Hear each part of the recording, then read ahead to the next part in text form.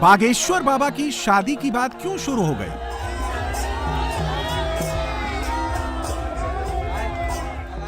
गजब की बात बताएं, ब्याह किया नहीं है, विवाह के चर्चे खूब चलते हैं इनके। और हम तो भैया कहेंगे, आपसे जल्दी कहेंगे जल्दी विवाह कर लो, टंटो तोड़ दो, होगी सो देखी जाएगी। मंच पर जया किशोरी के आने से चर्चा क्यों चल पड़ी?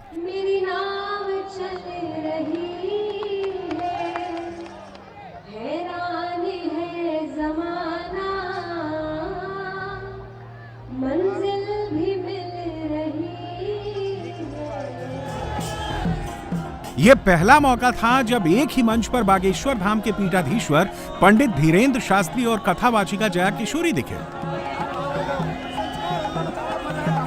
यह पहला मौका था जब एक ही यात्रा में जया किशोरी और धीरेंद्र शास्त्री साथ साथ दिखे।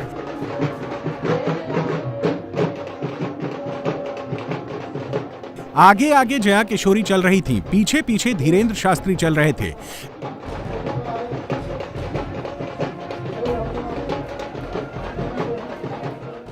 आदरणीय धीरेंद्र शास्त्री जी को बहुत बहुत शुभकामनाएं, क्योंकि आप बहुत कठिन कार्य करने जा रहे हैं।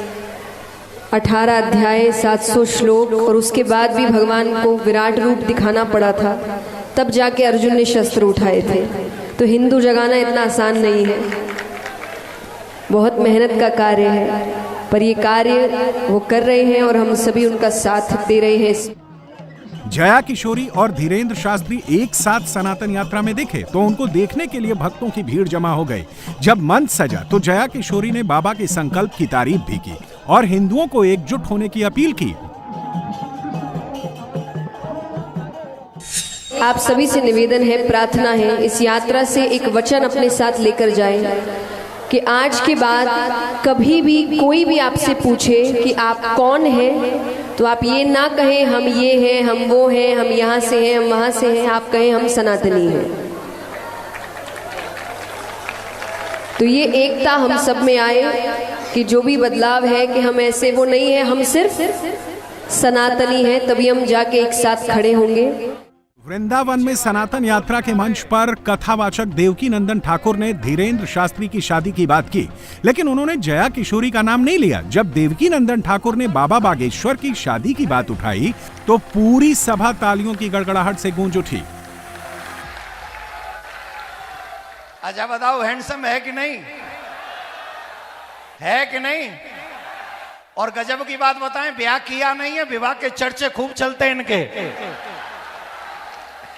और हम तो भैया कहेंगे, आपसे जल्दी कहेंगे जल्दी विवाह कर लो, टंटो तोड़ दो, होगी सो देखी जाएगी, या टंटे तोड़ो। इसके बाद मथुरा के संत इंद्रेश जी महाराज ने धीरेंद्र शास्त्री की शादी की बात की। धीरेंद्र शास्त्री के साथ बैठकर इंद्रेश जी महाराज ने उन्हें 2 भुज से चतुर्भुज होने की बात कही। सबके भाव एक ही रूप में दर्शन हो रहे हैं, बस इनकी भावना पूरी हो, इनकी चिंता पूरी हो, और जब इनकी चिंता पूरी होगी तभी इनको ब्याह होगा। तो चिंता जब तक पूरी नहीं होगी तब तक ये ब्याह भी नहीं करेंगे। तो इसलिए अब ये 2 भुज से चतुर्भुज हों, उसके लिए आप सबको कल बिहारी जी से प्रार्थना करनी पड़ेगी कि इनकी चिंता मुक्त करो, ताकि हमारे गुरुदेव चतुर्भुज हो जाए। इससे पहले पदयात्रा के दौरान कवि कुमार विश्वास ने भी धीरेंद्र शास्त्री की शादी का तान छेड़ दिया। शादी की बात को एक कदम आगे बढ़ाते हुए उन्होंने बारात तक की बात कह दी। और आप निश्चिंत रहना, होते भी नहीं हो, हम ही चिंता करते हैं, तो चिंता ही नहीं करते हैं खुद की। अब इन्हें किसी संकल्प में बांधना पड़ेगा। बहुत सारे संकल्प लिए, लेकिन एक संकल्प ऐसा भी तो हो कि इतने लोग साधना में चलते हैं, कुछ बारात में भी तो चले भाई। हैं? उस दिन परिवार में भोजन करते हुए हमारी पत्नी से कहा कि भाभी जैसी आप हो ऐसी ला दो। तो भाभी ने कहा ला तो दूंगी, लेकिन जितने दिन ये घर में रहते उतने दिन घर में रहना पड़ेगा। तो महाराज जी ने कहा भाभी फिर मेरी ना रुके।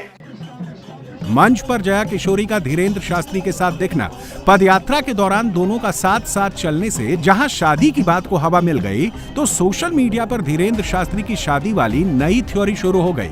लेकिन सनातन को जगाने के लिए, हिंदुओं को जोड़ने के लिए, भारत को हिंदू राष्ट्र बनाने के लिए बाबा बागेश्वर का ये आखिरी पड़ाव नहीं है। उन्होंने तो महज हिंदुओं को जगाने के लिए ये पदयात्रा की।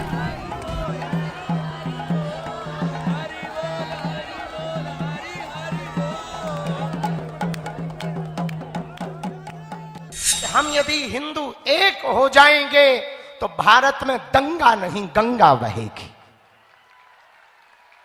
और एक बात कहें, हम थके नहीं हैं, बस थोड़ा सा सोच रहे हैं कि अब ये तो हो गया, अब आगे क्या करना है उसकी तैयारी कर रहे हैं। न हम थके हैं, न थकेंगे, न हम रुके हैं, न रुकेंगे।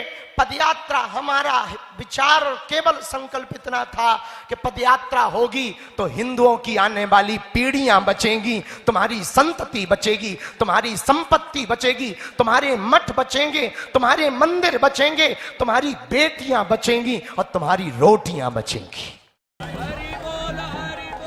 बाबा बागेश्वर को लेकर कथावाचकों ने शादी की बात जरूर ठान दी है। कोई उन्हें 2 भुज से चतुर्भुज देखना चाहता है तो कोई शादी वाले संकल्प में बांधना चाहता है, लेकिन धीरेंद्र शास्त्री का कुछ और ही संकल्प है। पद यात्रा से जाते जाते उन्होंने सनातन के उत्थान के लिए 5 प्रण दिए।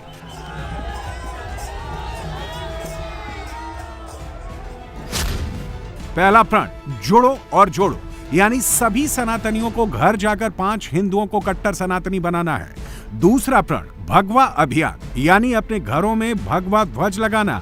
तीसरा प्रण, साधु संतों का कमंडल और बागेश्वर धाम का मंडल, यानी संगठन बनाना। चौथा प्रण, घर वापसी अभियान, जो लोग दूसरे धर्मों में चले गए उनकी वापसी कराना। और 5वां प्रण, तीर्थ के पास मांस मदिरा की दुकान नहीं होनी चाहिए।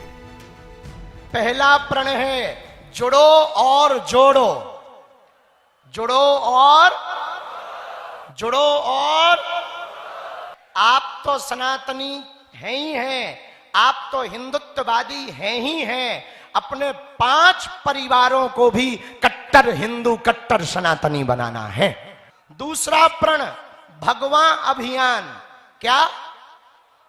भगवा अभियान।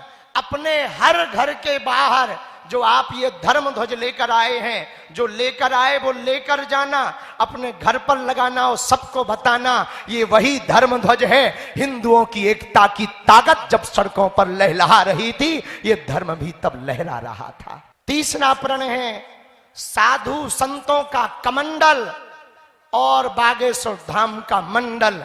जब जब देश के हिंदुओं पर खतरा आएगा, सबसे आगे आएगा।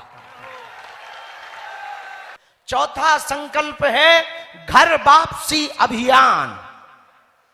जो अपने वाले चले गए उन्हें बुलाओ कि बेटा यही समय है, सही समय है, वापस आओ। हिंदुओं को जोड़ने के लिए बाबा बागेश्वर ने दिल्ली से वृंदावन तक 150 किलोमीटर की पदयात्रा की। हिंदुओं की एकता में सबसे बड़ी बाधा जातिवाद के अहंकार को खत्म करने के लिए लोगों ने अलग जगाने की कोशिश की, लेकिन उन्होंने साफ कह दिया कि इसके पीछे उनकी कोई महत्वाकांक्षा नहीं है। वो तो सनातन का सिपाही बनकर रहना चाहते हैं, भारत को हिंदू राष्ट्र बनते देखना चाहते हैं।